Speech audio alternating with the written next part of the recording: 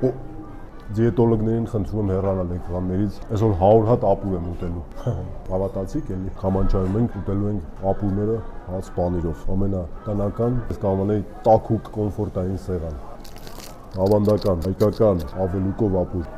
Շատ սիրուն համ ունի։ Ավելուկի համը մեզ տանում է սարեր, չգիտեմ, ինձ տանում է։ Ճռճռան հացը, ոչխարի պանիրը, հաստ կտրած։ Բորշը, տատյանց տանն եմ լրիվ։ Սմետանով, մյուսիկները հնա, շեֆը չի խնայում է մսերը, նրբահամ, գավարի միս, դա ոգևորվեցին, ով է գալիս, ֆավորիտս, չեմ, ֆավորիտներիցս մեկը, հայկական ավանդական սալյանկա, մեր պապերը տանը ինչ ունեցել են, լեցրել են, չէ, տացել են սալյանկա, հավաքվել են իհարկե ինչի, տեկիլա խմելու, վախ, ընտիր, սալյանկայի հետ միանշանակ խմելա պետք։ Նայեք ինչ հագեցած է, չխնայվածների ընտանիքից է, ամեն ինչը բոլ-բոլ է մեջը, տնական թթուն ապուրների հետ, աշխարհի ամենաբարի ապուրը, հավով ապուր, որ հիվանդ է սլնում շատ հաճելի է,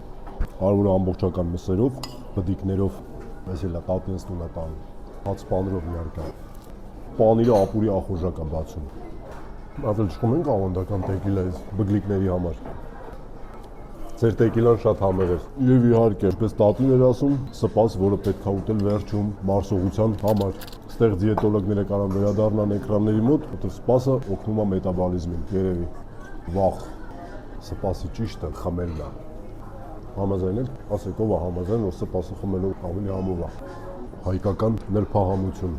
դե ինչ, համեցեք քամանչա, վայելելու մեր տաքուկ ապուրները։